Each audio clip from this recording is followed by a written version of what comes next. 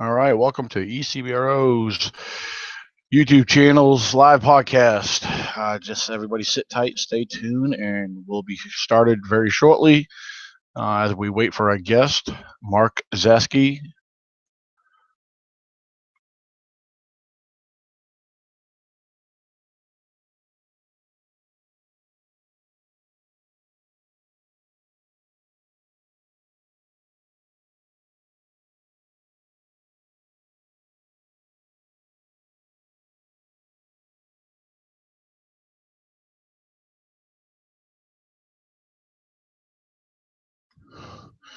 All right, if you're just now jumping on, just everybody sit tight. We're waiting on our guest to show up. He was just here a little while ago. He got bumped off, but we'll start very shortly. There he is. What's happening, guys? Hey, how you doing? Good, man. Good. Yeah, I saw you on here a little while ago. Yeah, I was muted. Seeing if it was going to register and all that. Oh yeah. Yeah, I got my buddy. Do you know Steve Peck? He's also known as Shaky. No. Oh, okay. You'll get to meet him shortly. He's pretty much my co-host. We have a radio show, but we haven't done the radio show in a little while. That will actually be coming back. But so yeah, we like to do the live podcast as well. So so Right. yeah, he's actually getting About an hour. Yeah, usually we run about an hour. Yeah. So yeah, I try not to keep you on too late. So you're actually real quick. You're correct me if I'm wrong. You're out of Florida, right? Yeah. Okay. Yeah, Palm Beach County. Yeah, I thought you were from down there. So all right. Because what we do, I usually while we're on here, I'll go ahead. I got a few questions to open up with, and then I usually like to go turn over to the live chat on, which I'll open that up very shortly. And I'll be able to watch that. Let's see. I know we got some viewers already on there jumping on, so all right, I'll go get that open very shortly, and I'll be able to watch that. Oh, there we go. I turned that on through my phone, so. There we go. Yeah, you'll see Shaky pop up here very soon. Okay. All right. I'm still not seeing you, even though I can hear you. You don't have. Oh, okay. Oh, there we go. I had my camera off, so I have a habit of doing that. So you'll see it go on and off throughout the show.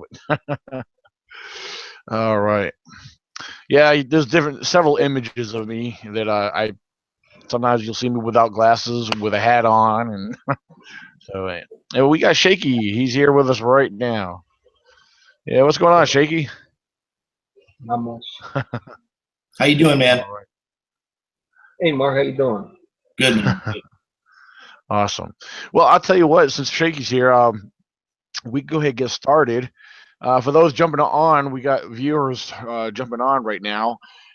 If you're watching from your laptop, you can join us on the live chat, which is directly on the top right-hand corner if you're on a laptop, desktop. If you are on a phone, actually, if you scroll directly below where you're watching, you'll find live chat.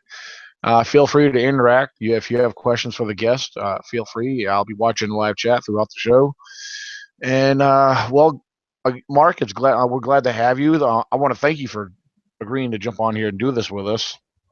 Yeah, no problem. Absolutely. Well, first question I want to start off with is, I was wondering if we could get a little bit of history about you. If you want to take us back, what got you started, when, and what got you started with the Bigfoot research? Well, I've been living in Florida for like 38, 39 years, somewhere in there. And when we first moved to Florida, we lived in an equestrian community in a rural part, like out west, in western Palm Beach County. And in the first week that we had moved here, we were on this ranch, and a couple of ranches down the road, somebody's horses got attacked one night by what the guy described as a big hairy gray monster. And they were shooting at it and everything. And the cops, we were at the bus stop waiting, and for the school bus to come, and the cops were coming down the street in the morning, and And so we all ended up walking down there, and the cops were like, "You need to be at the bus stop." Blah blah blah. We just wanted to find out what was going on, and then they told us that, and it was like, the woods that this thing came out of ran behind my uncle's ranch too, because we're on the same street on the same side of the road, so it kind of started there. I started really thinking, is this really happening? You know what I mean? And my first eyewitness interview, I was 15. It was my best friend and his mother got chased out of an area by one off PGA Boulevard, actually right where Tiger Woods plays golf now. They built a place called PGA National, but it was all jungle back then. And a lot of Palm Beach County was jungle back then, and it was it was more rural. There were west, like there's a road called Military Trail, and west of Military Trail there was a lot of dirt roads still back then, and it was like horses and people riding horses, and people would ride around with loaded shotguns in the windows of their trucks and beers in the front, and it was like a different Florida back then, But reports were constant. And we would hear about it in the neighborhood, wherever it was that my family lived. You would hear these things, and so I was always interested in it. I just like everybody else. I watched TV, and so I got an interest in the subject. Anything like that, from the old In Search Of documentaries, all that stuff, typical stuff. But being exposed to it down here from a younger age, it was always in the back of my mind, because I spent a lot of time in the woods and out in these areas fishing, and I was a big time bass fisherman, and so I was always kind of keeping one eye out, like what was going on, but I never really saw anything that you would say was out of the ordinary until probably 2011. And then I found a track one time I was fishing, and I didn't really buy it, to tell you the truth. As many people as I talked to and all the stuff that I knew, I actually knew police officers down here that had shot at them. And I know they're telling the truth, but I still was kind of hard to buy into, because now it was me, and I was in a situation where I was staring at a track, and, so I didn't really believe it. But I started really getting interested in the subject because there was a report that was in an area close to where I was living, and it involved 2 rangers and 2 other people. So the forest rangers actually were witnesses, and it was a really good report. It's on the BFRO. It's a place called Grassy Waters Preserve, and they witnessed this thing feeding at the base of a cypress tree for like over 8 minutes, and it was morning hours, and 4 witnesses. And so they took that report, and so I started going, out into the field heavily in 2012. And that's where it all really started. I had my first sighting in 2013. That was the big gray guy that jumped the trail in front of me. And that really is why Crypto Reality is doing, that's why we do what we do now, the Bigfoot Researchers Journal and cryptoreality.us and all that stuff. That's awesome. Real quick, now a lot of your areas are like your sightings and a lot of your research area. I guess this is kind of a stupid question, because Florida, I guess it depends where you live too, but a lot of it's pretty marshy and swampy, right? Yeah, well, South Florida especially, yeah. But yeah, it's the wilderness areas in the center of the state. A lot of it is marsh and swamp. We have some really nice forests as well, but we're sort of east of Lake Okeechobee, and it's like the beginning of South Florida. So when you head west from the East Coast, if you're heading west, or if you're on the west coast of Florida heading east, inward, anytime you head into the interior, you hit swamp. You're going to hit swamp. So yeah, it's a lot of swamp. Yeah, you talking about bass fishing earlier. I know a little bit about Lake Okeechobee, man. That's some serious bass fishing out of there. It's where a lot of the pros do a lot of their tournaments and stuff, catching some of the big monster bass out of there. Big bass down there. Oh yeah. How far are you from the Apalachicola area? Apalachicola? That'd be like central northern Florida, right? I know there's. I'm pretty sure. Yeah, it's like central northern kind of Florida. That's like Ocala. You talking about Apalachicola National Forest, all that kind of stuff. Yeah, that's it. Yeah. Probably. Are you close? How far is it? Miles from there. Oh, okay.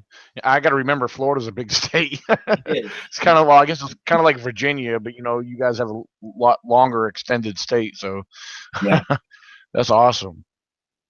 Um, now there's a this is kind of, before we get more into the Bigfoot research, I know I try to do some digging as far as some research on you. That YouTube channel, I know, because a buddy of mine that's actually moving into my area, he's a big fan of yours, and while he was over here, we try to look up your YouTube channel, but come to find out, it looks like you have your YouTube channel either shut down or your video is closed. I was wondering, is there any way you might be able to share any information why you might do that, or? Yeah, yeah. We work real hard, and I'm not just a field researcher and all that stuff. I'm a filmmaker and I'm also a musician, and I've been writing music for a long time. When we started to gain a little popularity on YouTube, I think we had 70 or 80 videos up that were research films, and then one of our documentaries that's full length. And I started getting copyright notices from films where people were actually stealing that I write for the films, and then trying to say I wasn't able to use it anymore because they copyrighted. So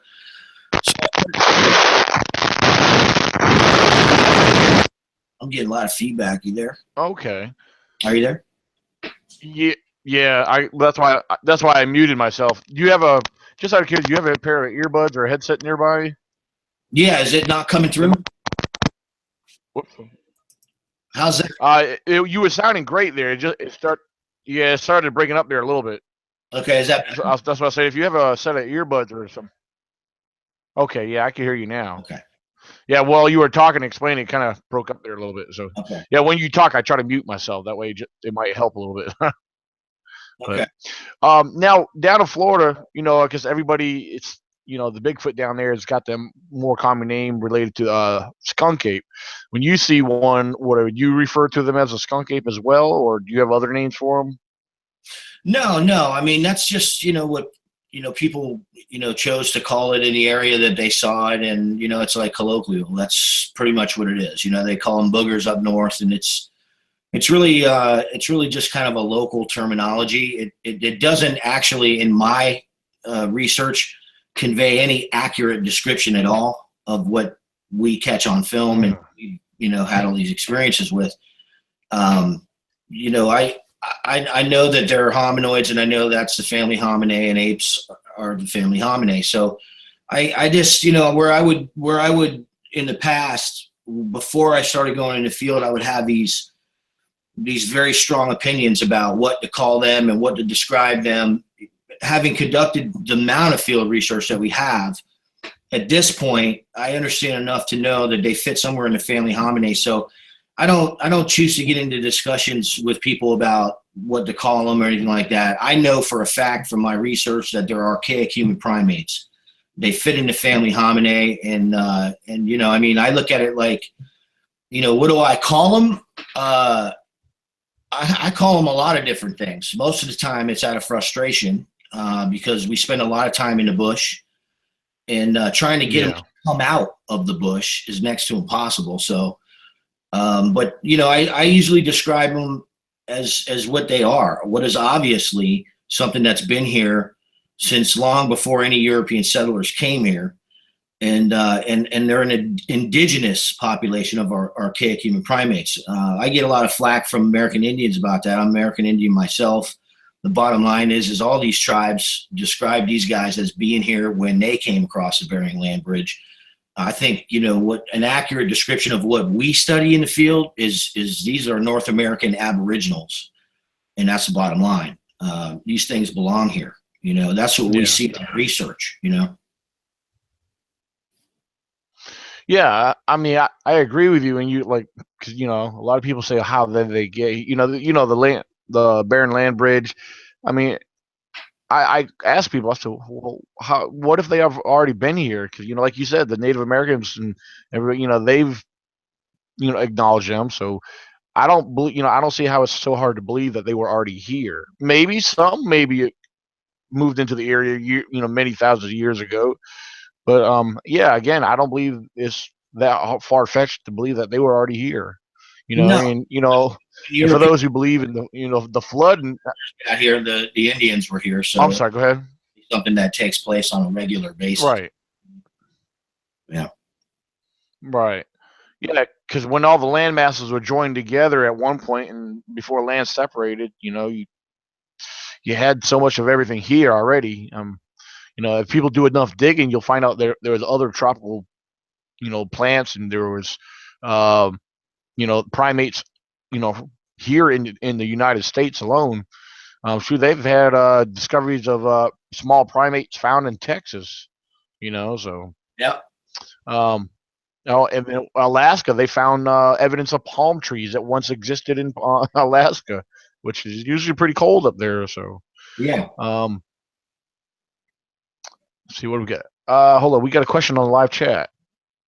And this individual is YouTube user Sam Squatch Rivera. From what I understand, South Florida Everglades areas, they call them skunk apes due to their appearance in the swamp. Okay, they're saying that with a question mark. So I guess what they're saying is, hold on, what is it saying? Okay, yeah. In other words, are they referring to them as a skunk ape because of their appearance, or did it have something to do with their smell, perhaps? Because Yeah, I know some that said. I think some of those descriptions have something to do with their smell. In certain situations, Okay. or that's a possibility. We have actually never had that skunk smell when they're around, and we spend quite a bit of time in the exact area that they're walking around in or denning down and bedding down in. They smell completely different in that description. That's one of the reasons why I say, this is just, one of those descriptions that, is it possible for one of these individuals to get mixed up in some kind of a situation with a skunk? I'm sure it is, but they don't smell like a skunk. That's not what they smell like. They smell like something that, as much time as I spent in the woods, I never smelled it until I got close to one of them. And the whole area that we actually research in was smelling like them. And I kept looking at my brother going, man, that's not a hog. Because he kept saying, this is what, that must be hogs. And I'm like, that's not what a hog smells. That's not hogs. I don't know what the hell that is. And what it smells in our area is it's like we have a lot of tannic water down here. And it's when you back off of it and you look at it, it appears to be black. It's got a lot of sulfur in it, and it's got a high mineral content. But in the swamps, it's very strong smelling, and it has that tannic smell to it, and it smells like something that's been dipped in that water a million times and never been washed and dried over and over and over again. And it's got that dank bar rag that's been sitting in the corner for like a month kind of smell, mixed with like Right. human feces and human piss. And then occasionally in the summer, like right around now, the hottest part of the year, it gets a little armpity in there as well. And a lot of the time, reality is we don't smell them, because, especially this time of year, because there's very little wind. We're in the doldrums part of the year now, where we got very little wind unless a storm kicks up. When the wind kicks up, if they're around, you will know they're there way before you ever really, have an opportunity to hear them or anything like that. Because the smell is, people make a big deal about the smell, saying how strong it was and this and that. It really isn't all that strong. The worst we've ever smelled it was more about shit than anything else. Somebody had taken a shit there, and it just smells like Right. shit. You know what I mean? And it's very strong. And that was eye-watering. But for the most part, down here they've adapted to use the water, and we've documented a lot of that.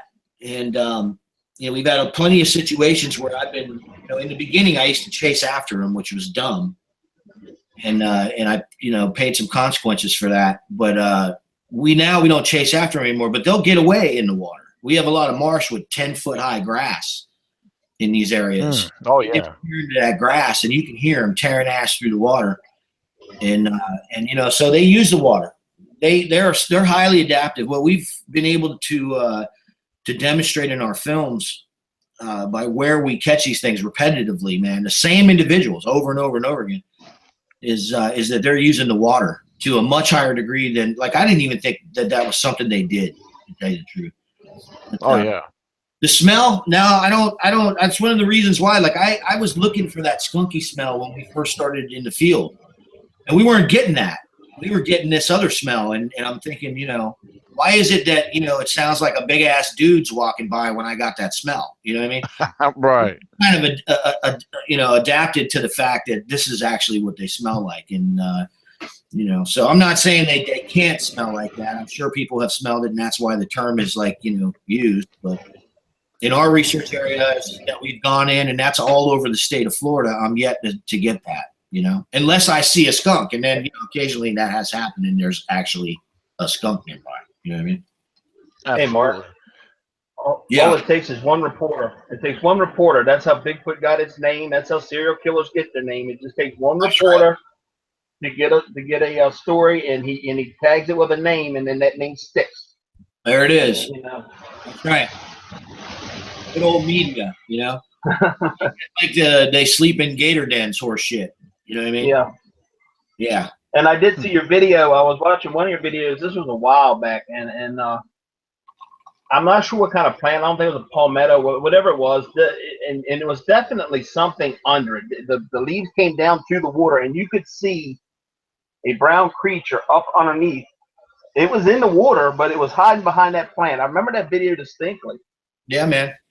And well, that was pretty cool. Where the stuff you're talking about, there's certain times of the year where the cover gets real thin, and they already have, like, you know, have the deer cover, and they have the hawks, you know, figured out and all that stuff. I mean, these guys are, you know, they're the keystone apex predator of this area. So everything, they have a good beat on how to get it and when. And each season that happens, the bush that they can hide in actually changes, and they adapt seasonally to what they use to hunt. And you know, I always tell, you know, our members ask a lot of questions about this kind of stuff. And you know, with us being in our, I think we're in our third year now, or yeah, we're in our third year now in the same area. We've been able to witness these seasonal adaptations that they have for hunting, and it's not that we sit there and watch them hunt, because that's not the case. What it is you begin to see the same types of structures or the same types of damage or orchestration or manipulation of the environment in different seasons. And where in the wintertime and the bush gets real thin, they'll pull palm trees, entire date palms, out of the ground and throw them in the canal. And the water levels typically will drop in the wintertime because it's a real dry time of the year for us.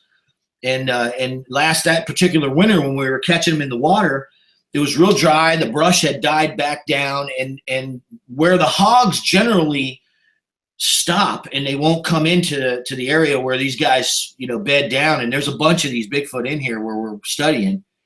The hogs don't come in that far, and so they've got to move to the fringe of their territory and change the bush in the wintertime and make it so that they can get close enough to these hogs. And they use the water.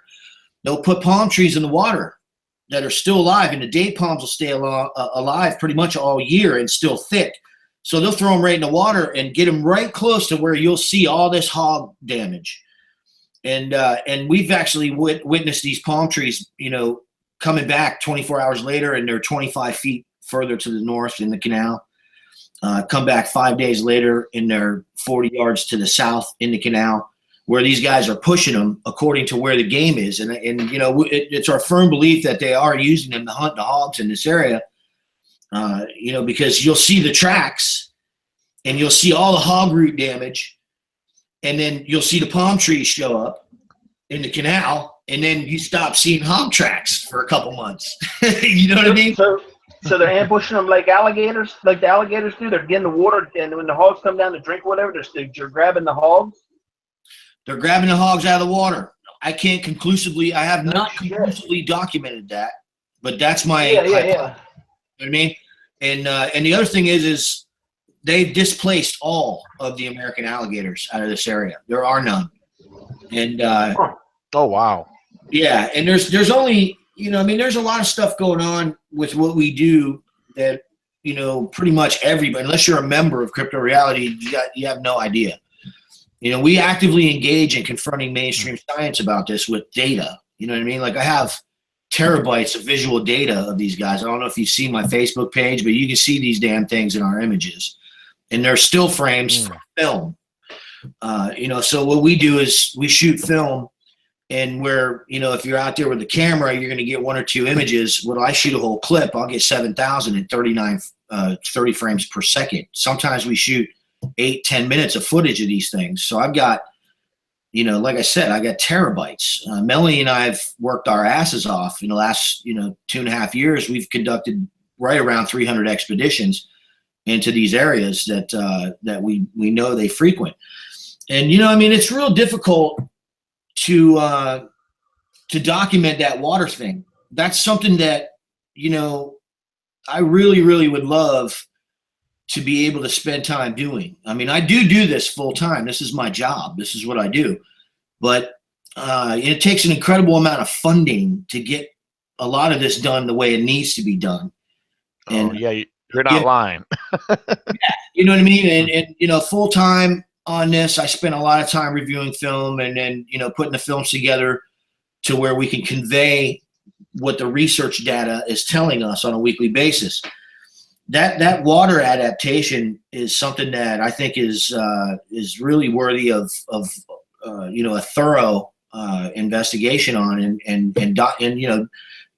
I'd be willing to dedicate a couple years to studying that. If and when we do actually start getting some serious funding, that'll definitely be one of my primary concerns, because we've done a real good job covering the other wildlife, and it's the lack of biodiversity. I'll put it that way. You can go outside the area we study in, and the biodiversity is mysteriously back where, in the numbers it should be. In the area we research in, there's a shortage of every single mammal, and even now the reptilians. I have not seen a venomous snake in this area since we've been researching there. We used to see black racers on a regular basis, and a few indigo snakes. We haven't seen an indigo snake or a black racer in almost 2 years. I think that they are, obviously, what they are is a keystone species. They affect every single aspect of the environment and all the creatures that are in it. We lack Florida panthers. There are none. And that's directly from the mouths of the biologists that I confront. The American alligators, I can tell you there are none. If we do see them, we film them, but it's been a long time, and you really got to go outside the area. The territory that they've staked off is approximately 3,000 square yards, and there's between 25 and 30 of them in this area. We've documented every single individual. You can see the soft tissue variation in our film footage. They do have one thing in common for the most part. They all have a hooded nose. Some of them do appear to have the soft tissue of a more chimpanzee or gorilla type look to them. They invariably do have hooded noses. Hair color changes. We haven't conclusively documented anything other than black to gray in the achromatic spectrum. One of the things that we're getting ready to do is release an Amazon film now on the theory that we've been documenting thoroughly, which is the achromatic color spectrum, as why we don't see more of them. They're there, you just don't see them because their skin is gray and their hair is black, or of that hue, the achromatic color spectrum. And what that does is it gives the Sasquatch naturally the ability to absorb and retransmit the colors around it. So when the sunlight here in South Florida is real bright and it bounces off those leaves, it puts a green tone in their skin, and they can be standing right there, man. And they're very skilled at sitting still. And you will feel their presence. You'll smell them. You can even hear them at times, but they're incredibly difficult to see in these bushes that they choose to stay in.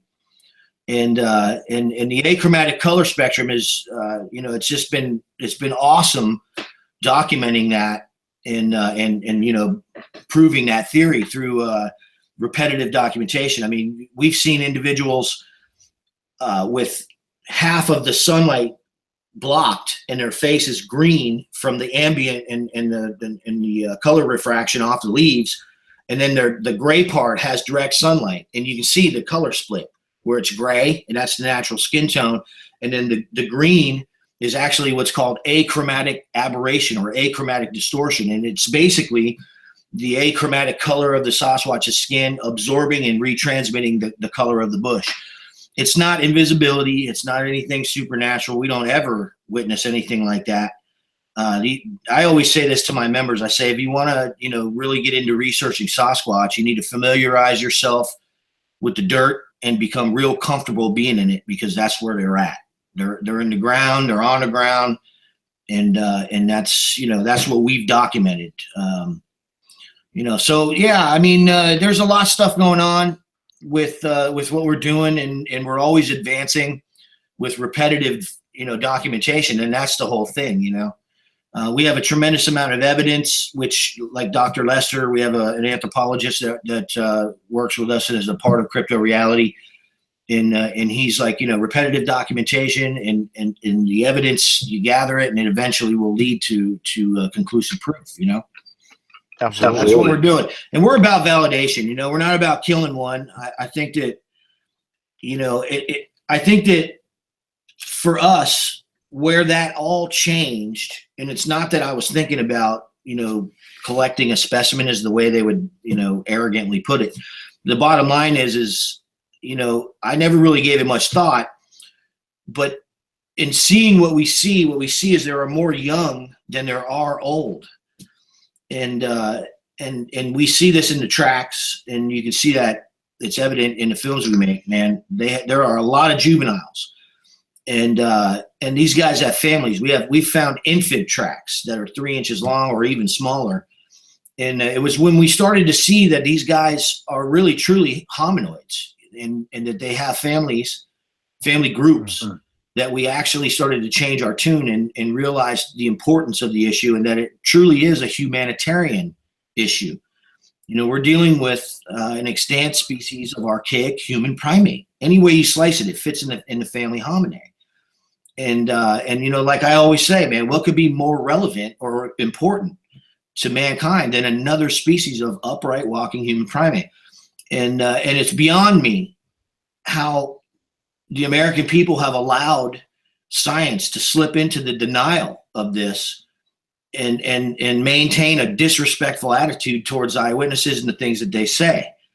We are absolutely advocates of eyewitnesses, especially since Melanie and I are both eyewitnesses at this point, and what we know and what we can in fact show. I look at it and I say, if you don't take this subject seriously, it's because you haven't done enough field research, because you can't remain a skeptic if you're researching in an area that these things occupy. You will find evidence. You will eventually run into one of them, or they'll let you know that they're there somehow. And it's at that point that the ignorance begins to turn to awareness and the importance of the issue. Suddenly, that's where you see these transformations in people real sudden. You know what I mean? Guy goes from a skeptic like me, even though I'd interviewed people and all that stuff, it was traumatizing what happened to me that day in September of 2013. And my son was already an eyewitness, but it doesn't hit you to your core until you're staring at one and he's staring at you. And then suddenly the reality that you thought you knew begins to crumble, and you realize that there is a lot more going on this planet than people realize. And so that's what happened with us, and then of course I'm here with you guys right now. Absolutely. 170 films under our belt. 170 research films. Tell you what, you're right on point. Well, I'm gonna echo on me. But yeah, you're right on point about what you said as far as people, the skeptics, till the awareness is put out there, until they give it the consideration to look into it. I mean, you got these non-believers out there that are, steadily mocking and ridiculing, making joke and everything else. But what little do they know, till, like you said, till that reality stares them in their face, But yeah, I agree. I can agree with you more on that. was watching a television show last night, and it's something that kind of hit with me, and it's silly, but it really is. I mean, people who choose to go in the field have a lot in common with a lot more in common with each other than I think really shows in the way they relate to each other. The online research community, or the part of the research community that chooses to commit to sharing evidence, really doesn't get along that much, and I think that's a real shame, because one of the things that we want to do is we want to try to bring people together. We're in the process of starting an organization to do just that. So, oh yeah, absolutely. You got some questions? Yeah, okay. I wasn't sure if you saw that or not. Yeah. First of all, let me start off. Greg Corbin, I was telling you about him earlier. He's a great friend of mine, a fellow researcher.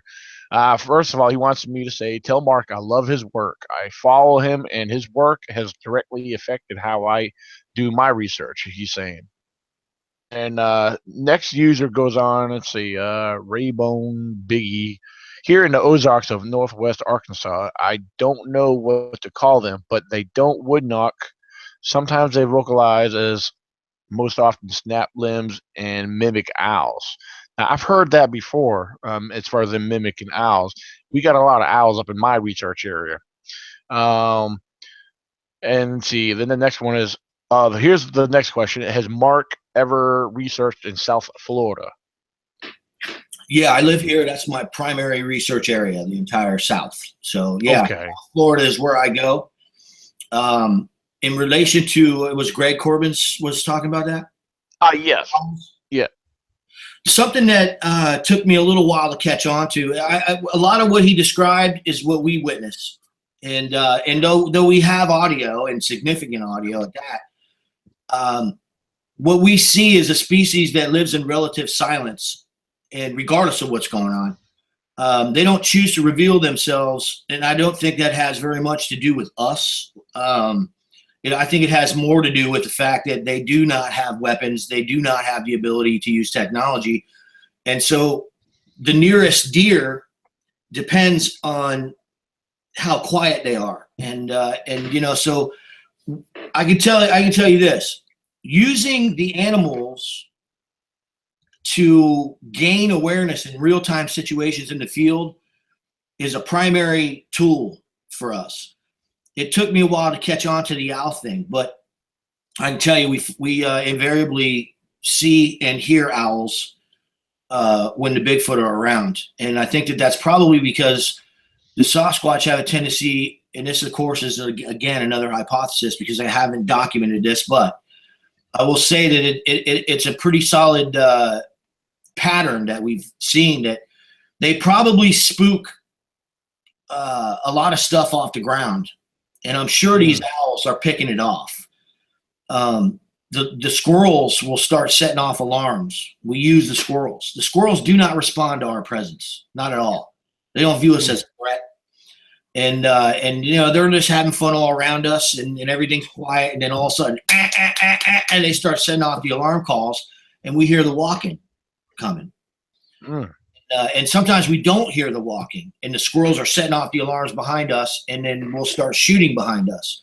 One of the things that we don't do anymore is make it real obvious that we're interested in them. They know that we're there and we're interested in them. Once they knew that we knew that they were there, their behaviors changed. They became extremely stealthy on us, where when we were first going in there, I thought it was homeless people, because I couldn't buy it. There was too many people in the woods, man. It was freaking me out, man. I'm like, there's no way that this can't be true. I just viewed it as a couple of Bigfoot in the entire county, and that's not the case. Right.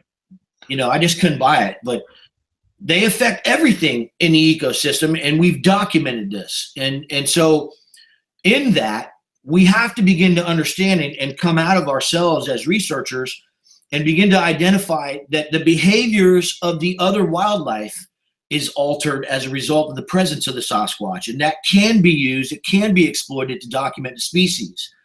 And we've done that successfully. And and we'll continue to do that. The squirrel thing is huge, man. It's like having a third team member up in the tree watching for one, you know? Oh, yeah. And it's almost every single time we catch them on film when these squirrels start erupting. For a while there, you know, we have witnessed them hunting squirrels, and we've seen how they do it.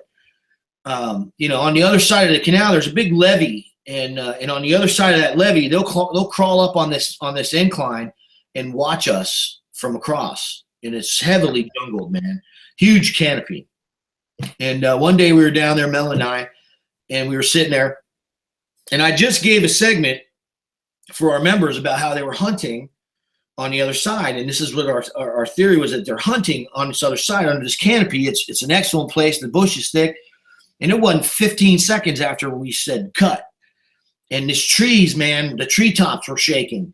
And they were coming, man. You could hear them. And we were freaking, man. We were like, got down on the canal bank and we're squatting down. And we're like, this thing is going to walk right up on top of this hill. And like, it's going to show itself. But that wasn't what was happening. What's happening was they were moving through the trees chasing a squirrel. Now, the squirrel was 25 or 30 feet up. And what they did was, one of them, we weren't aware of his presence. He was already 7 or 8 trees down where the squirrel was headed. And this one kept shaking the trees, and the squirrel would jump to the next tree, and the squirrel would jump to the next tree, and he'd shake that when the squirrel would jump. And eventually he got to the tree where the one was already standing, and that one yanked the tree out of the way. And the squirrel came right down, and they got his ass, and you could hear him. And they were choking it for a second, and then his screams just kind of died off. And then you could hear him walking off with the squirrel, you know. And we documented him, 3 or 4 of them in that episode within minutes of that occurrence. You know, I started yelling, and they came right up on the bank, and we documented them. But we witnessed these kind of things, and it really is something, man. You know, when you realize that they do affect the entire environment. And you start, it's not that you're subjectively viewing what's going on, because I try to remain objective, but skepticism, and this is something that I've taken a lot of flack about, where my research is concerned, I know that there are Sasquatch in this area. Skepticism has no place in my research. It creates doubt. And if I doubt something in my research area, I could wander into the wrong area and get my head pulled off. So what we do is we remain objective, and we respond to real-time stimulus in the field accordingly. You follow up on things. A skepticism will produce well, that can't be a Sasquatch. When the bottom line is in the beginning, I was saying that kind of shit, and we were catching them on film. And then I'm like, wait a minute, you know, because this is when I was trying to say that can't be a Sasquatch, you know what I mean? So what we've learned to do is we evaluate things in real time, and then we follow up accordingly. And if it turns out that there was nothing there, then there was nothing there. But more times than not, following up on these things, including using the wildlife and their behaviors, we've caught them on film. So they do chatter too. I wanted to say that. We don't hear a lot of vocalizations. But if you put the audio on and you listen, especially after dusk, you'll hear them in there. And you'll hear the different tones, where there's different sized ones or a female or something. And I've had people in there and put them headphones on these individuals, and they don't last more than a minute or two, and they want to leave, you know? Oh, wow. So the most common vocalization is a chatter then. Yeah. I mean, they've yelled. I've been screamed at. We've been growled at. We walked right up on one. I think he was sleeping. It was 4:30, 5 o'clock in the morning, and he was in a log fall. And the night before, one of these individuals popped me with a big branch across my chest and knocked me on my ass, knocked the camera out of my hand. And that was when I thought they were homeless people. I didn't think it was Bigfoot, you know. And I went in there and was yelling at him, and it was dark, and then bam, I got hit. But we went back the next morning and walked up on this guy, and the first thing he did was he sounded just like this. He went, oh. It was like, it's both of us. Well, I mean, Melanie was kind of froze up, but I can remember thinking, there's a dude, a huge guy laying here. And he was maybe 5 feet from us, if that. And then he started growling. And that was when, we kind of, so we've had those situations where with the vocalizations at close range, but mostly they keep it to a mumble, and it's very low. And I know that's got more to do with hunting and, you know, not letting their presence, you know, to the game is more about, you know, what it is. I've heard strange owl calls, dozens and dozens and dozens of them. Melanie's, you know, looking at me going, that is not an owl. That's a guy trying to sound. I mean, it's blatant too, you know, like this guy needs more practice kind of shit, you know? So. Right. Yeah. Some say you could tell they're mimicking. It's a Squatch mimicking because it's not going to be, it's going to be way off, pretty much, off tone. Yeah. Sam Rivera, he was responding to what you were saying earlier as far as your location. He's saying, awesome, Mark. I'm in Broward County. He said, any suggestions where he could research in his area? Yeah. You know, I used to live off Cypress Creek Road, and I'm familiar with the south end of the Loxahatchee Game Preserve. They're all through that area. They're all through that government strip. It's a no trespassing area. The federal government came in and bought up a whole bunch of land on the very border of civilization, and they're all through that area. I've been in that area. I used to fish that area back in the Water Management District, and you know, there's a road called Loxahatchee Road. I think it's off Military Trail in North Lauderdale, maybe Pompano. I think it's Pompano actually. Hillsboro is where it is. You take that road out there, and they've got Everglades trips, and they've got airboats and all that stuff. There's a canal on the right-hand side. If you go over that canal, there's an area. It doesn't look that big, but I found tracks in there. And I was by myself, and I had enough weird shit going on in the bushes around me to make me run. And you know, I mean, I haven't been back to that area since. You know, there's been a few of those things, but you know, you get down into that area, and a lot of that stuff is flat and it's not heavily forested. That doesn't mean they're not there, because they don't, you know, I mean, I always say the same thing, man. How big is your house? You know what I mean? The bottom line is if it's got game and it's got a good water source and there's enough cover, you'd be surprised where you'll find these guys. And that's been our experience. The first one I caught on film in Palm Beach County was 15 feet from the road, watching a guy fishing. And it was intentional. We actually knew they were there, and we planned it. And sure enough, there was a little one right there. There was a couple other ones, and they scooted off, and this little guy peeked around a tree, around this bush, and like you could see him, his mouth open, like he was shocked because I was standing right there filming him. But you know, down here we have a unique situation. South Florida is unique from a research standpoint, specifically because there's only so much dry land, and the fringes of that dry land is where these guys live. You know, I used to tell people all the time, man, do you want to sleep in the water? You know what I mean? I mean, that's not how they do it, you know? So if you look in these dry strips that border the swamp, and then on the other side, if you're on the east coast of Florida, on the east side of these drier areas, just outside the communities, you're going to find these things on the borders, man. Our research area where we catch all these guys on film is within an eighth of a mile of residences. Yeah. I want to jump to Shaky. Shaky has some a question or two he wanted to throw out there. Go ahead, Shaky. Mark, I'm not sure. I believe it was South Florida. The gentleman and his son stopped on the side of the road, saw the subject out in the open, and there were some other people there that were watching it. Son took off after it and found a bunch of hog bones out there. And did you ever go down there and check that out? I think it was. It might even been on Finding Bigfoot. It was. They got some good pictures of it. I think you're talking about the one on that was from Mayaka, where it was like it was off in a field moving off. Yeah. I'm not. Yeah. Maybe that's where it was.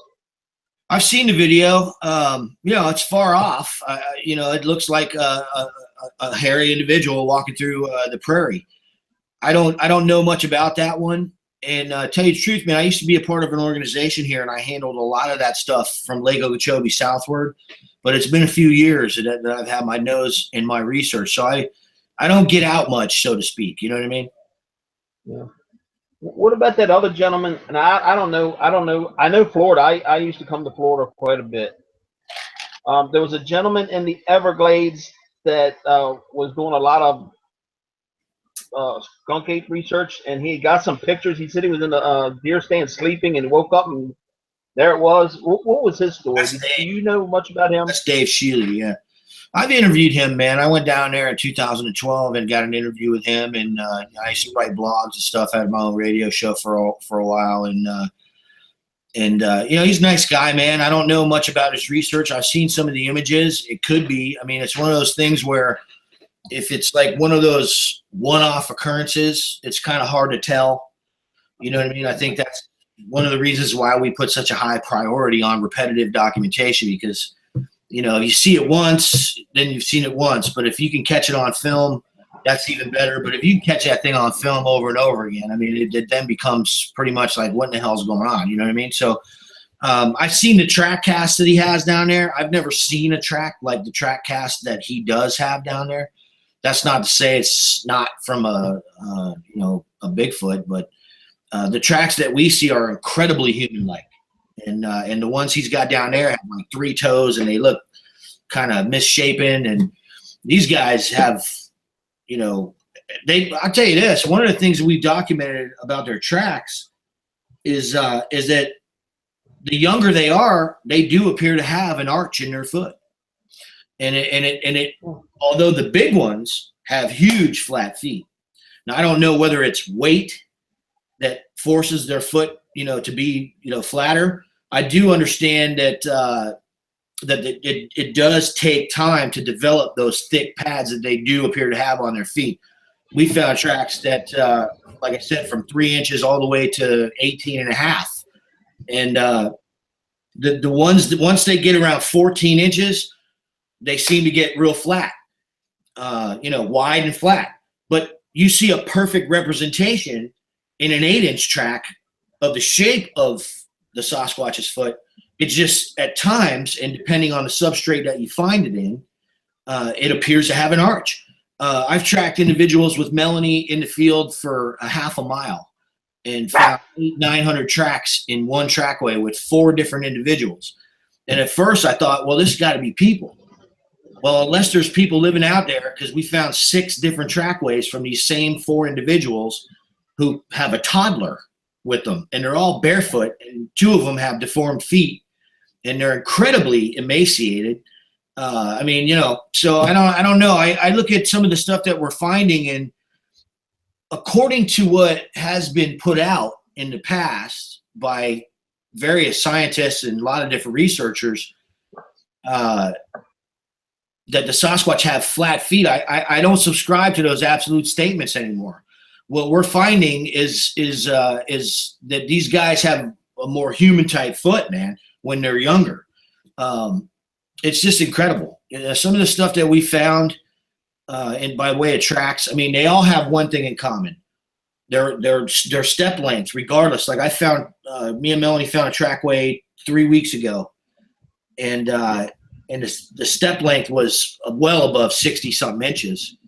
A few of the, you know, where he was hopping, it was like probably 120 inches, man. This guy was covering some ground, and then he was on all 4s at first, and he got around the corners because he was watching a trailer. I mean, I found this guy's footprints where there was a trailer, and then he jumped, and there was no tracks, and you could see where he landed on 1 foot and bounded off the 1 foot. The other foot never even touched the ground. And then it was about 80 inches further, and we found a handprint and knuckle prints on the right side. And he only put his ball of his foot down. And so we started tracking this guy, and they all walk in a tightrope. That's the difference, man. You can find tracks where people are walking and they've got that straddle where it's a 45-degree angle line. You can draw it a little bit steeper sometimes. But the step lengths and the tightrope thing, man, there's no denying it, you know. We find these tracks in places where there are a lot of people, and being able to tell the difference between what's going on and is this, you know, a Sasquatch is very difficult until you start getting them out in the open, and you can see this step length and you can see that stride where it looks like a tightrope, man. But some of these individuals, like I said, and the substrate does have a lot to do with that, whether or not it shows an arch. I always say this: the substrate will decide what the track ultimately looks like. We track individuals through 50 different densities of substrate, and where the individual appears to have an arch in 5 of those because of the density of the substrate, he gets into a little firmer substrate, and now he has what appears to be a very flat foot. But there are individuals that we track that do appear to have an arch all the way through all of these variations of substrate. I mean, it's really something. It's been a hell of an experience so far, Now, you mentioned that the young one had, is that a sign of inbreeding? You said, can you repeat that? You broke up. You said that you saw the young one had tracks that had showed signs of a deformed foot or deformity in the feet. Now, is that a sign of inbreeding?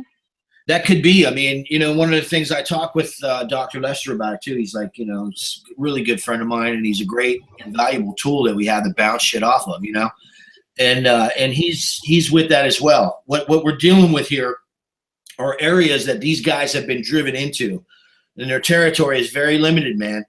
They're inside of several different wildlife management areas. Of course, they have free run, and they can, they're capable of things that you would not even comprehend. I mean, I've seen my first sighting. This guy was traveling in excess of 35 miles an hour in the air, and he cleared a bush that was 6.5 feet high from the water and cleared a 20-foot trail before he landed tippy-toe like he was sneaking, like it was nothing.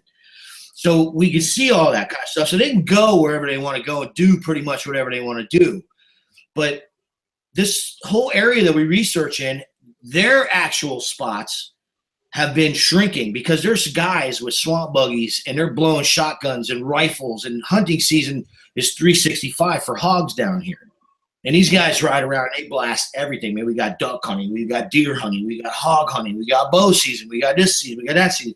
So what we see is they occupy the fringes of these wildlife management areas. You don't need to go way in. They're on the fringes of these things.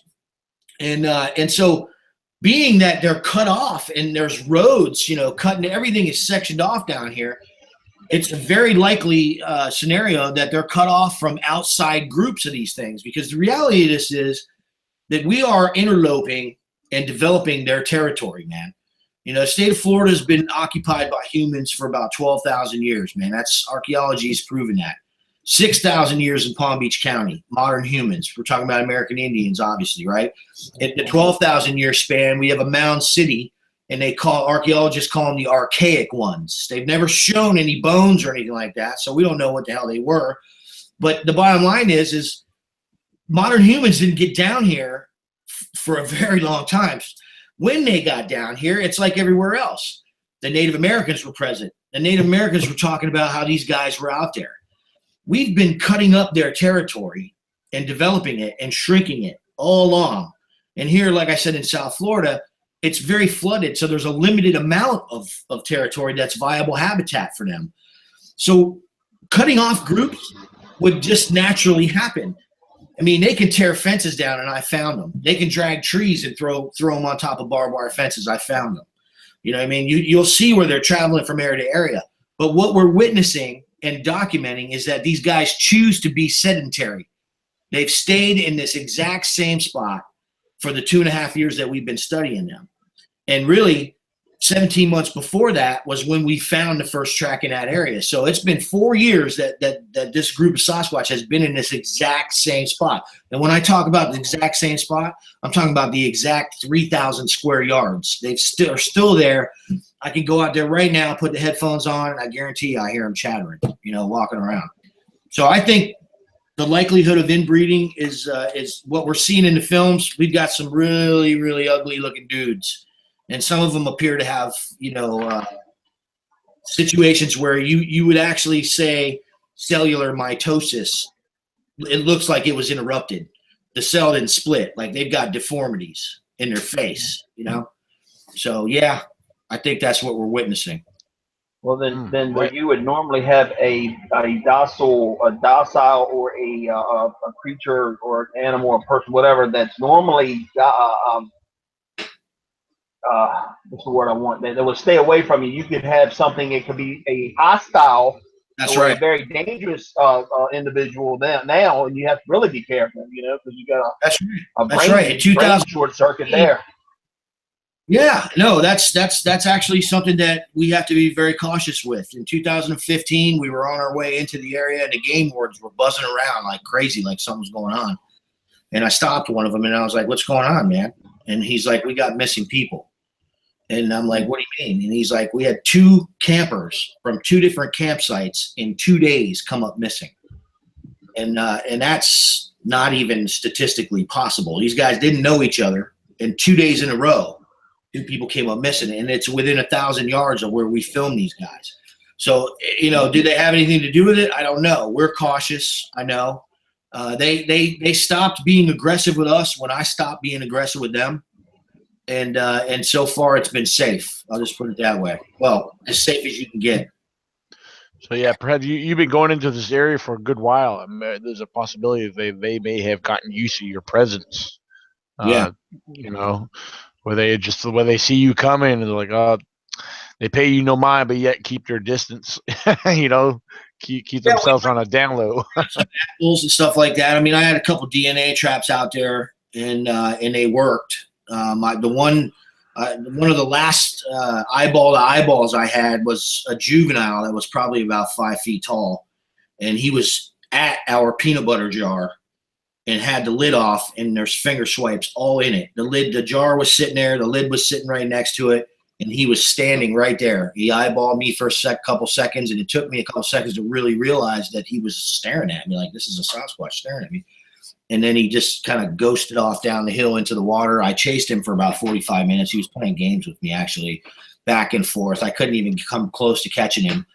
And then we just put the lid on the jar. So we've got all kinds of stuff, man, But Awesome. yeah, it's a situation where, we view it like you got to be rational about it. I mean, every time we go, there's been times where we didn't think we were going to get out of there. When we started flying that drone, they got real irritable about that.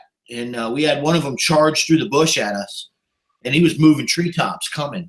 And thankfully he stopped at about 25 feet from the edge of the bush, and I backed the drone off because I almost crashed it, man. I was freaking out. I'm watching the iPad flying this drone, and I knew where they were from catching them on film, and so I flew it right into the spot, and I got too close. I think he got right up off the ground and came running towards us. And when we went down, we got out of there real quick. We moved out of that spot and went down a canal bank, and they were just, you could tell they were moving to get around us on all sides of us. And that was, we've had a few times where, it was like, we need to take a break kind of thing. And we did, in fact, take a break for like 2 months after that day. We gave them some space. So, yeah, how often do you get out there? Pretty often? Yeah, well, we were living 2 miles from the area for about 9 months. So we were there 5 days a week, 6 days a week. And that's when it got real intense. But yeah, we get out there usually at least 1 day a week. We try to do it 2 days, but for recently, Mel just had surgery, and we got a lot going on with the kids in the house and that kind of stuff. So 1 day a week is what we've been limited to. When funding starts to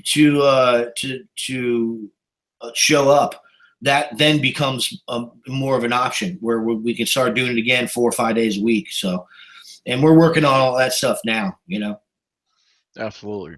One last thing, we're gonna get ready to come to a close, but there's a statement you had on your Facebook page related to one of your posts, and I wrote down this short statement, and I like the sound of this. I was wondering if you could explain this, if you want to talk about this.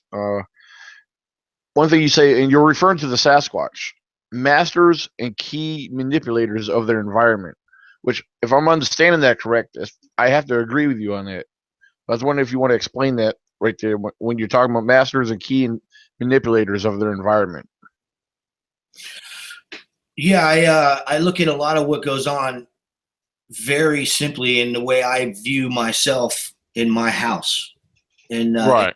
There's a perspective that comes with all of us when we're in the field that we have to overcome, or it's very difficult for us to begin to document them. You can find the evidence, you know what I mean? But to document them, we have to begin to understand ourselves better and how we manipulate our own environment. I don't put a chair in my way in the middle of my doorway in my bedroom so I can get up at 3 o'clock in the morning and run into it.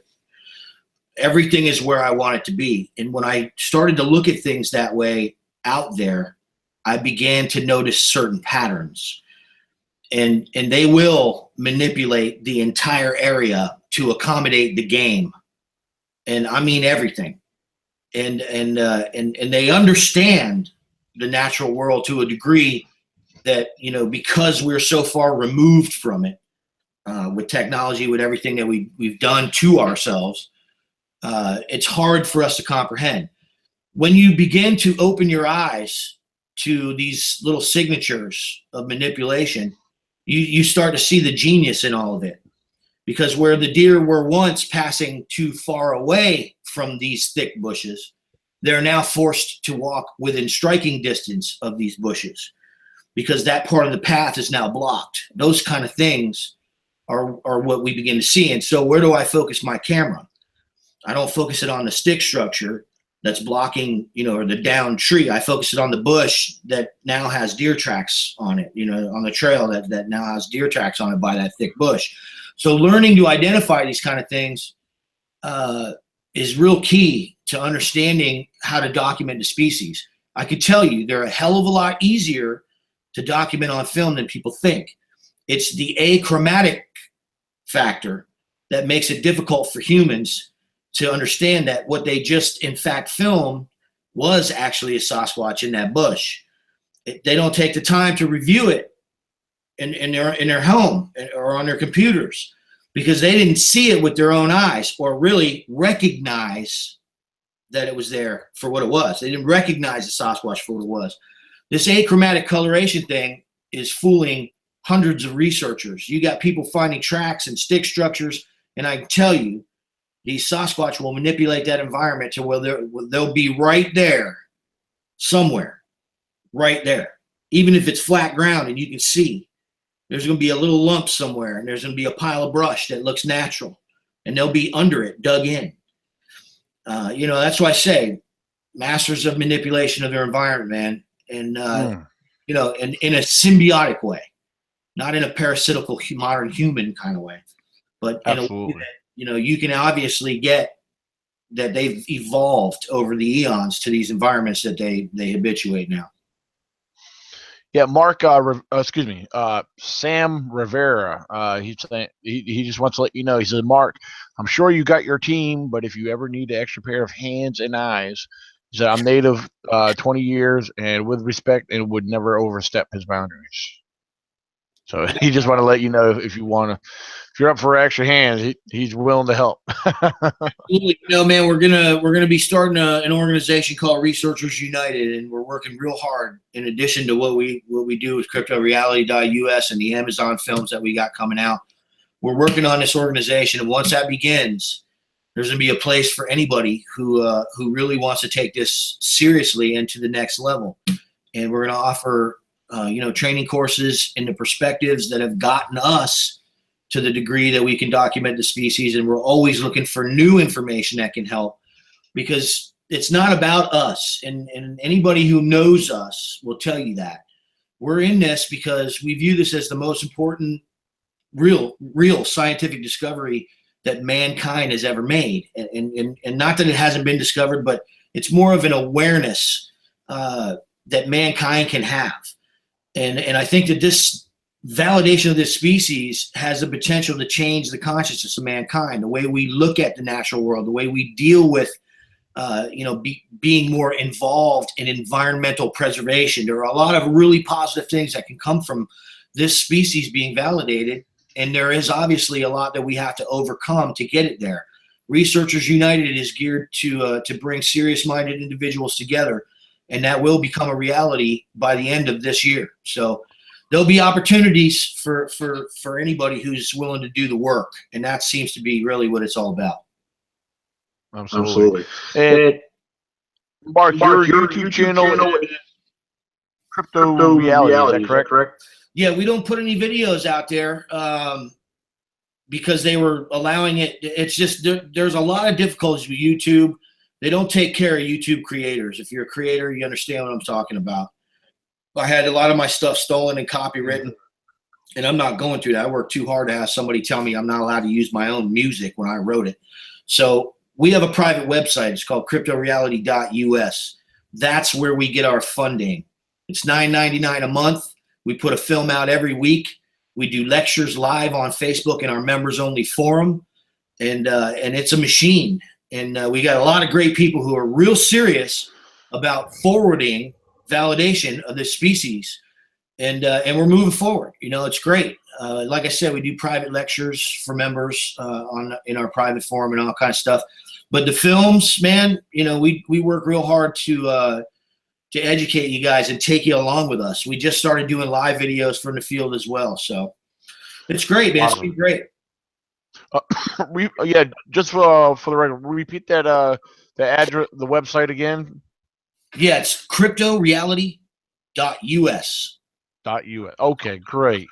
So cryptoreality.us. There's over, I think right now there's about 115 research films on the site now. All of them are in surround sound 1080p. Okay, Yeah. very awesome. Well, Mark, well, before I jump off, close this out. Shaky, do you have anything any last words or anything you want to throw out there for him? No, man, I'm good. We're friends on Facebook, so I follow them. I appreciate meeting you. You know. Yeah, man. It's been nice to meet you finally. Cool. This is good stuff. Good stuff. So, yeah, and Mark, I want to thank you for coming on again. This is good to have you on here. We'll definitely have to do this again. You know, down the road, and you know, maybe you know, see what you got going on and any updates on that. I'll definitely check out the website. So, Yep. do you have any last statements or anything before we jump off here? Thanks for having me, man. You know, I always enjoy, you know, sharing our work with people. And, you know, I mean, you guys are researchers too, man. Keep up the good work. All right. Sounds good. Sounds good. All right. Well, thank you very much. And Shaky, stay put. And we're going to have a short couple minute after show. And every so often we do this. So, but again, thank you very much. And we'll be in touch, man. Yep. You guys have a good night. Thanks for having me. Absolutely. Right, thanks again. All right. Bye-bye. All right. All right. I wanted to actually plug a couple things real quick. If you're not subscribed to this YouTube channel, E.C.B.R.O 98, feel free to go ahead and subscribe. And when you hit subscribe, don't forget the little bell icon so you can get the notifications. And then let's see, we know another YouTube channel. If you want to subscribe, go check out Tracy Arnold's Sasquatch Outlaw YouTube channel. Become a subscriber and feel free to share the videos and the YouTube link itself. What else we got going on here? Shaky, do you have anything you want to plug on your behalf? Horse Talk is coming back in September. Probably the first week of September. Awesome. Different format though. It won't be live. It will be recorded like a podcast show. At least to start with. We'll see how it goes or what happens. But yeah, it'll be back the first week of September. The equipment's it's on its way. It'll all be coming in within the next week or two. We'll be all here. I've got the first interview lined up. I'll make that announcement once everything's done and taken care of. And then some other announcements will be made, and it'll be all released the first week of September. I know I am, and I'm sure several others are definitely looking forward to that. Most definitely. Yeah, I went out and got my trail cameras today, and I had time to review them. And tell you what, so many deer. I have tons of deer. And the one trail camera I had it well hidden, and the trail camera was the one small one. It was actually over on the other side of a creek on the bank underneath some a root system overlooking the creek, and I had a small area view. And man, I had a chipmunk that was playing on the one of the roots right next to the trail camera. So I had a chipmunk on there, I had a bird, several deer, and I thought it was a cool thing. This is the first time I ever had a bobcat on my trail camera. Oh, I wow, found, cool. Yeah, I found their tracks. I've seen their tracks, but I had a little bobcat on there. I was like, whoa, there he goes walking down. They're walking the creek, and I had to show Brianna earlier. I said, Brianna, look, I got a bobcat. Of course, she's like, oh, she's like, that looks like James talking about her kitty. I said, nah, that's much bigger than our, yeah, that's much bigger than our kitty. So, but it was so cool. It was very cool. Um, let's see. Sam Rivera's asking, do you guys usually go live at a certain time of day? Hit the regardless. Just want to spread the word. Oh yeah. Well, as far as right now, we're kind of off schedule as far as going live on any particular days. We try to go Friday nights or weekends. Um, so yeah, you try to be on the lookout for Fridays and weekends. I do try to announce it ahead of time. At this current time, there's no there's no scheduling. Not as of now. There's none. That could change within the next day. It could actually change within the next hour. But um, now, tonight and then last week we had guests. We may do a show coming up, maybe for an open discussion. And open discussions, we cover a lot of topics. So yeah, be on the lookout. Well, again, it could be Friday or Saturday night. So we got a few things I'm working on my behalf. So yeah, definitely subscribe to the channels, and you never know when we'll go live. But Shakey's Porch Talk, that's something to look forward to. You'll definitely want to check that out when he comes back. And then and let's see, and we're on. If you're not on Facebook with us, you can find us on Facebook. Steve Shaky Peck, me Daniel Benoit. Benoit is Benoit. So I'm the founder of the ECBRO, and we have a Facebook group. We have a Facebook page. We give us a like. Next year, one of our big events that we're looking forward to is the 2018 ECBRO's first annual Virginia Bigfoot Conference, taking place right here in Virginia, at Fishersville, Virginia, at Expoland, Augusta Expo, and that's going to be June 30th and July 1st of 2018. If you go to our Facebook page for that event, the ECBRO First Annual Virginia Bigfoot Conference, you could also see the information to buy your tickets. Tickets are on sale right now. Now's the time to take advantage of the tickets, because in 2018, they do double in price. And after I get off here, well, actually, I can make an announcement right now. I will update some information tonight. We have Big Truth. For everyone who is familiar with Big Truth, Ed Brown, Dan Lindum, they are our first sponsors for the ECBRO's first annual Virginia Bigfoot Conference. Really? So, yes, indeed. That's I want to thank. Cool.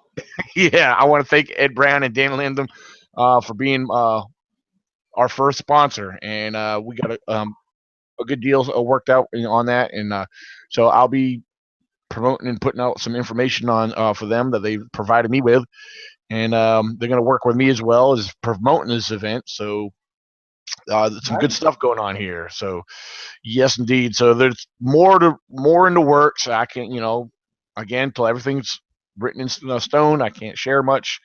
But yeah, we got some good things going on here, and it's come a long ways. There's still a lot of minor planning and things to take care of. So, but a lot of people have been supporting it. A lot of people are, it's very important that we spread awareness about the event so people get aware of it. This is going to be our first event. It's going to be it's going to be awesome. If you want to come to the event and you're worried about room and board, if you're a camper, camping is free. If you're a tent camper, RV campers, there is a fee for that, and I need to set up a, if you're going to come camp with the RV, you need to set that up in advance. So I'll get with them. I'll share some information that where people could register for camping with their RVs. Again, if you're a tent camper, tent camping is free. So information on the Facebook page. I'm sorry, go ahead. Did you ever announce the speaker for this month? Yeah, this month here was who did I announce? I want to make sure I didn't say the wrong one. The one I ain't ready. Actually, I did. Oh, it was Baltimore. Okay. Yeah. I'm probably miss it. Yeah, it was Baltimore Gavilan Jr. was the one for this month. So Cool. yeah, absolutely. And yeah, if you go to the Facebook page, ECBRO's first annual Virginia Bigfoot Conference, you'll see all our list of speakers. We have several. Still have several more speakers, and they have not been announced yet because we're only announcing one speaker per month. So you could be on the lookout for that. It's good stuff. Good stuff. Um, so yeah, we got other information. Again, I can't really put out there yet till it's written in stone, but you guys will all be the first to know when it comes out. So I guess with that being said, thank you everyone for tuning in tonight and listening. I will schedule something very soon. Again, it may be an open discussion, open panel. So, and let's see. Oh, I want to plug one more thing in. Um, Shane Bradbury, the host of Sasquatch Theater. Sasquatch Theater. I believe the YouTube channel for that is under Looking for Bigfoot News Hour. Go ahead and subscribe to Shane Bradbury's Looking for Bigfoot News Hour YouTube channel. Sasquatch Theater. It's coming back. I believe he's got one scheduled for this Saturday night. Who else we got? Yeah, I know he has other events coming up, other YouTube live shows going on too. So you can go ahead and check out his YouTube channel and see what he's got going on. So, and if you're on Facebook, check out Team Bigfoot Republic. There you go. There you go. And I'm laughing at Dave Thundercloud's comment. He's a brother Daniel, the businessman in Bigfoot Kingdom. And I'm still deciding. If I decide to go, if people decide they want me to do I don't know why it would even be a live broadcast, because it wouldn't be nothing but my big ugly ass. It'd still be a phone interview with the people. But I guess if they did want me to do it live somehow, I guess my two options would be either to get a camera and do it Facebook Live, or even maybe go to Blog Talk Radio and do a radio show live. So, cause you can't record YouTube live. So, I don't know. Right. I'll figure it out. Well, actually, yeah, you could do a YouTube live, but you could only do it by yourself. Well, actually, I think you could invite somebody in. I haven't tried that yet, but you can do. That's the thing. I'm going to have to record the show somehow, and I can't get into explaining that, but I would have to record the show. So right. That's my situation, but I'll figure it out some way. Now, yeah, see, now, if you wanted to pre-record the show without other people watching while you're doing it, you could actually, there's settings for that too. You could do that where it's just you doing it. And then you could download that video to your, I could do that. If I wanted to do that, I could do that where I download it to my computer, upload it and edit it through my software where I could put it in a other video with that interview, Well, I wanted so people could get involved in the conversation and ask questions through I'm interviewing. Oh, gotcha. You see what I mean? So that would be my only thing. So I guess between Facebook Live or that would be the cheaper way to go. So I don't know. Right. Figure it out. Absolutely. All right. Well, yeah, we'll figure it out. You'll get it worked out. There's a lot of options out there. But first things first. Oh yeah. Yeah. As far as you mentioned Blog Talk Radio. I do want to let everybody know Squatch Zone Radio will be returning. I can't give a date yet. I'm working on it. I am working on it. So once we go live, you'll hear my radio intro. Welcome to Squatch Zone Radio.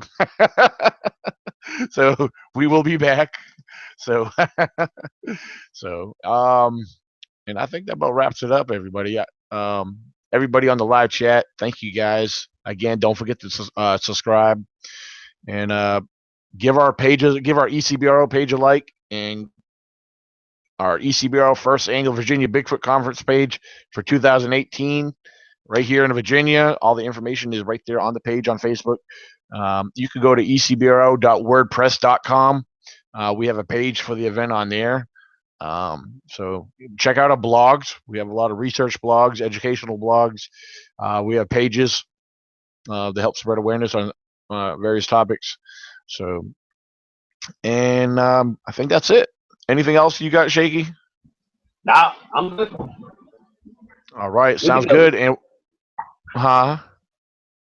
Good to go. all right. All right. Well, we're calling it a night, everyone. God bless. Thank you for watching. And this is Daniel Benoit, your host, and Shaky Peck, your co-host, and the founder of the ECBRO. And we're out.